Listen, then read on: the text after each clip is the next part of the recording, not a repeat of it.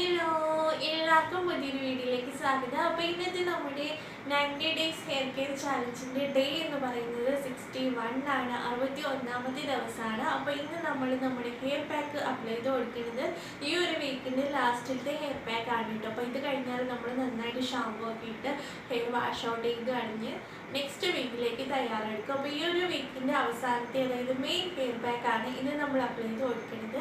അപ്പം ഇന്നത്തെ ഡേയിലും ഞാൻ ഹെയറിൽ അപ്ലൈ ചെയ്ത് കാണിക്കണില്ല കേട്ടോ, എങ്ങനെയാണ് ഹെയർ പാക്ക് ഉണ്ടാക്കുന്നതെന്നും അപ്ലൈ ചെയ്ത് കൊടുക്കുന്നതൊന്നും കാണിക്കണില്ല. കാരണം ഇന്നും കൂടി ഒന്ന് ഗ്യാപ്പ് എടുത്തിട്ട് നെക്സ്റ്റ് ഡേ തൊട്ട് വീണ്ടും സ്റ്റാർട്ട് ചെയ്യാമെന്നാണ് ഞാൻ വിചാരിക്കുന്നത്.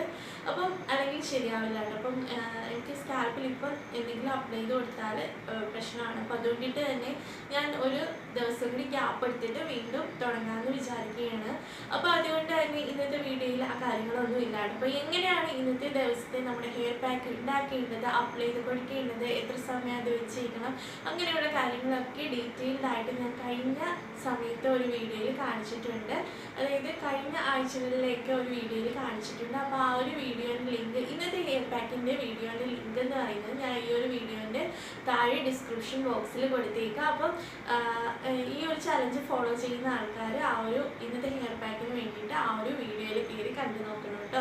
അപ്പോൾ നിങ്ങൾക്ക് ഓൾറെഡി അറിയാമായിരിക്കും ഇത്ര ദിവസം നിങ്ങൾ ചലഞ്ച് ഫോളോ ചെയ്ത്, അതായത് ഇപ്പോൾ ഒരു 2 months ആയിട്ടുണ്ട് കേട്ടോ. അപ്പം ഇത്ര ദിവസം നിങ്ങൾ ഫോളോ ചെയ്ത് വന്നിട്ടുള്ള ആൾക്കാരാണെങ്കിലും നിങ്ങൾക്ക് എങ്ങനെയാണ് ആ ഒരു ഹെയർ പാക്ക് ഉണ്ടാക്കേണ്ട കാര്യങ്ങളൊക്കെ നിങ്ങൾക്ക് ആ ഒരു വീഡിയോ കണ്ടാൽ തന്നെ മനസ്സിലാകും. അപ്പോൾ നമ്മുടെ മുടിക്ക് ഏറ്റവും ബെനിഫിറ്റ്സ് നൽകുന്ന ഒരു ഹെയർ പാക്ക് ആണ് കേട്ടോ നമ്മൾ ഇന്നത്തെ ദിവസം അപ്ലൈ ചെയ്ത് കൊടുക്കുന്നത്. അപ്പം ഇത് നമ്മൾ കഴിഞ്ഞ മന്തിലും 2 തവണ അപ്ലൈ ചെയ്ത് കൊടുത്തിട്ടുണ്ട്. ഈ മാസം നമ്മൾ 2 തവണ അപ്ലൈ ചെയ്ത് കൊടുക്കും കേട്ടോ. അപ്പം അത്രയ്ക്ക് നമ്മുടെ മുടി വളർച്ചയ്ക്കും മുടി നന്നായിട്ട് ലെങ്ത് വെക്കാനാണെങ്കിലും ഉള്ള വെക്കാനാണെങ്കിലും മുടി കൊഴിച്ചിൽ അകറ്റാനാണെങ്കിലും ഒക്കെ നമുക്ക് നന്നായിട്ട് വർക്കാവുന്ന ഒരു ഹെയർ പാക്ക് ആണ് കേട്ടോ ഇന്നത്തെ ഡേയിൽ നമ്മൾ അപ്ലൈ ചെയ്ത് കൊടുക്കുന്നത്. അപ്പം ഇന്നത്തെ ദിവസം ഈ ഒരു ഹെയർ പാക്ക് അപ്ലൈ ചെയ്ത് കൊടുത്തിട്ട് വേറെ കാര്യങ്ങളൊന്നുമില്ല, വെറുതെ വെള്ളത്തിൽ വാഷ് ഔട്ട് ചെയ്ത് കളഞ്ഞാൽ മതി. സ്മെല്ലിൻ്റെ കാര്യങ്ങളും പ്രശ്നങ്ങളും, അതായത് പുറത്തേക്ക് പോകുന്ന ആൾക്കാരാണെങ്കിൽ നിങ്ങൾക്ക് ജസ്റ്റ് ഒരു താളിപ്പൊടിയോ എന്തെങ്കിലും ഒരു മൈൽഡായിട്ടുള്ള ഷാമ്പൂ ഇട്ടിട്ട് വാഷ് ഔട്ട് ചെയ്ത് കളയാം. അല്ലാത്തൊരു ഷാമ്പൂ കാര്യങ്ങളോ ഒന്നും യൂസ് ചെയ്യണ്ട കേട്ടോ.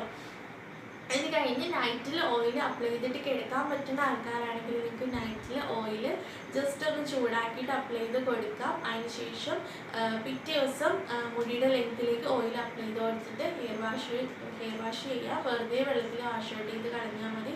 ഇനി നൈറ്റ് ഓയിൽ അപ്ലൈ ചെയ്തിട്ട് കിടക്കാൻ പറ്റാത്ത ആൾക്കാരാണെങ്കിൽ പിറ്റേ ദിവസം നിങ്ങൾ രാവിലെയോ അല്ലെങ്കിൽ മുടി കഴുകുന്നതിന് മുൻപായിട്ട് ഒരു അരമണിക്കൂറോ 1 മണിക്കൂറോ മുൻപായിട്ട് മുടിയുടെ ലെങ്ത്തിലേക്കും സ്കാൽപ്പിലേക്കും ഓയിൽ അപ്ലൈ ചെയ്ത് കൊടുത്തിട്ട് ഹെയർ വാഷ് ചെയ്യുക. അപ്പം ഈ ഒരു സമയത്തൊന്നും ഒരുപാട് ഓയിൽ യൂസ് ചെയ്യണ്ട, വളരെ കുറച്ച് ഓയിൽ എടുത്തിട്ട് യൂസ് ചെയ്താൽ മതി.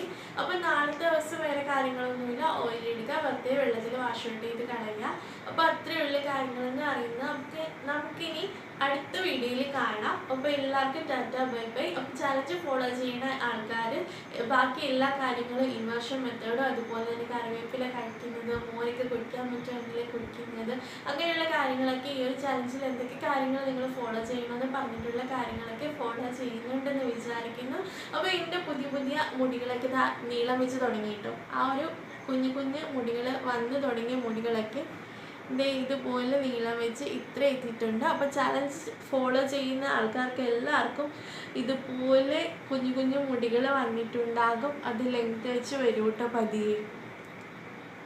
അപ്പോൾ ഇതാണ് എൻ്റെ ആ ഒരു 2 months ആയപ്പോഴത്തേക്കുള്ള ആ ഒരു റിസൾട്ട് എന്ന് പറയുന്നത്. അപ്പോൾ ഇനി പതിയെ ബാക്കി മുടിക്ക് തിക്നെസ് വന്നു തുടങ്ങും. അപ്പോൾ പുതിയ മുടികൾ നമുക്ക് വരും തോറും നമ്മുടെ മുടിയുടെ ആ ഒരു കൊഴിഞ്ഞു പോയ ഭാഗത്തേക്ക് പുതിയ മുടികൾ വരും തോറും നമുക്ക് മുടിക്ക് ഉള്ളു വെച്ച് വരും കേട്ടോ. അതായത് ഒരു തിക്നെസ് വന്നു തുടങ്ങും, ബാക്ക് ടു നമ്മുടെ മുടി പഴയ പോലെ വരും കേട്ടോ.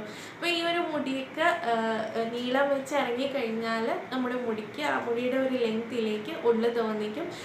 ഇപ്പോൾ സമയത്ത് നമുക്ക് ഈ പുതിയ മുടികളിലൊക്കെ വരുന്നത് നമ്മുടെ സ്കാൽപ്പിനെ കവർ ചെയ്യും കേട്ടോ. അതായത് പോയ സ്ഥലത്തൊക്കെ മുടികൾ വരികയാണ്. അപ്പം നമ്മുടെ ആ ഒരു മൊട്ടയായ ഭാഗത്തേക്ക് പുതിയ മുടികൾ വന്നിട്ട് സ്കാൽപ്പ് ഫുള്ളായിട്ട് കവറപ്പ് ആവും.